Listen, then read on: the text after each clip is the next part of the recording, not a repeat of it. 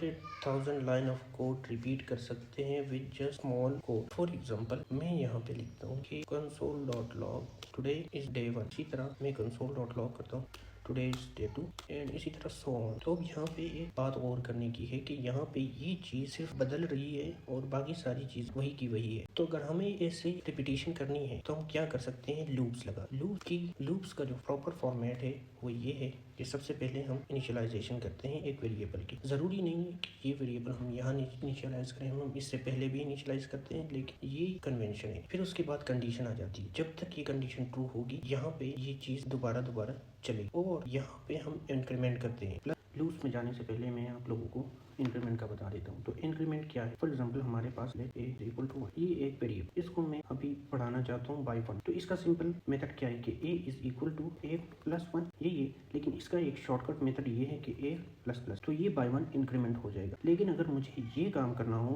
कि a is equal to a plus 2, तो इसका भी शॉर्टकट है। इसका हम ऐसे करते हैं कि a इज इक्वल टू और a प्लस इक्वल टू, तो ये दोनों चीजें आपस में बराबर है और ये दोनों चीजें आपस में बराबर है। इसी तरह हमारे पास डिक्रीमेंट का भी आ जाता है। तो डिक्रीमेंट मीन्स सेम इसी तरह है लेकिन हम माइनस करते हैं। फॉर एग्जांपल अगर मुझे a से 1 माइनस करना हो, a is equal to a minus 1, तो इसको मैं ऐसे लिख सकता हूँ a माइनस माइनस। अगर 1 माइनस करना हो तो मैं सिंपल a माइनस माइनस कर देता हूँ। लेकिन मुझे अगर कोई नंबर माइनस करना हो, a is equal to a minus 10, तो इसको मैं ऐसे लिख सकता हूँ कि a माइनस इक्वल 10। तो ये है हमारा इंक्रीमेंट और डिक्रीमेंट। तो अब ये आते हैं लूप। तो लूप्स का स्ट्रक्चर है, इसमें सबसे पहले हम करते हैं वेरिएबल डिक्लेयर, जैसे फॉर कीवर्ड लिख देते हैं। फिर उसके बाद हम कोई भी वेरिएबल इनिशियलाइज करते हैं, लेट i इज इक्वल 0, फिर कॉलन सेमीकॉलन के बाद हम कंडीशन लिखते हैं कि ये कंडीशन जब तक ट्रू होगी तो हमारा ये कोड चलता रहे। तो हम लिख देते हैं कि i इज लेस देन 10 और फिर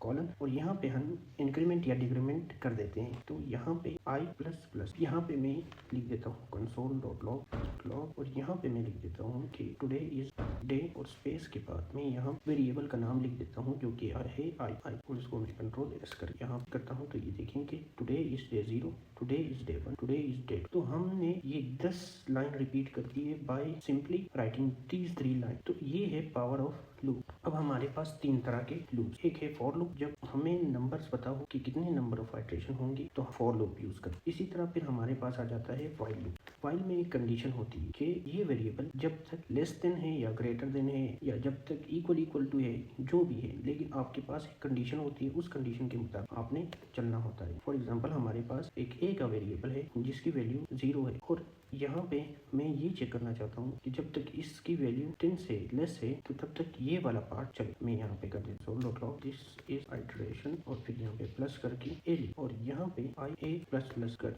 तो यहाँ पे देखें कि हमारे पास फिर से वही आइटरेशन हो गई 8 to 9। अगर मैं यहाँ पे इक्वल टू भी कर तो वो 10 भी प्रिंट। हमेशा ही याद रखें लूप ब्रेक होने के लिए एक पॉइंट लास्ट। फॉर एग्जांपल मैं इस कंडीशन को हमेशा के लिए ट्रू कर तो ये फॉरएवर चलेगा। ये देखें चलता जा रहा है जब तक इसकी मेमोरी फुल नहीं हो जाती तब ये चलता जाए। मुझे ब्राउज़र दोबारा खोलना पड़ा क्योंकि इन्फिनिट लूप की वजह से वो ब्राउज़र हैंग हो गया। तो ये है down sizes of infinite loop. तो आपको ये हमेशा याद रखना चाहिए कि इन्फिनिट लूप कब आएगा। जैसे यहाँ पे अगर मैं a इज लेस देन 10 कर दूँ और यहाँ पे मैं ये प्लस प्लस वाला पार्ट हटा दूँ तो a इज इक्वल टू 0 रहेगा, हमेशा ये 0 रहेगा और ये बार बार चलता जाएगा। तो ये कंडीशन हमेशा ट्रू होगी और ये कभी फॉल्स होगी नहीं। तो इसका ध्यान हमें रखना चाहिए। अब हमारे पास एक और चीज़ है जो कि है ब्रेक की और कंटिन्यू की। तो ब्रेक तब आता है जब हमें कोई लूप ख़त्म करनी हो या उसके किसी भी आइटरेशन में उससे निकलना हो।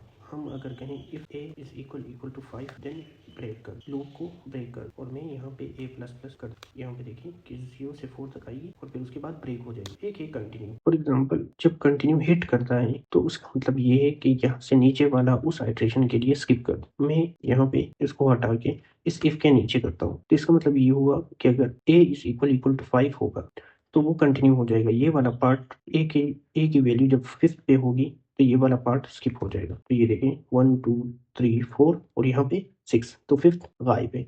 तो ये ही है हमारा कंटिन्यू और ब्रेक। तो आज के लिए इतना ही, मिलेंगे इंशाल्लाह नेक्स्ट वीडियो पे।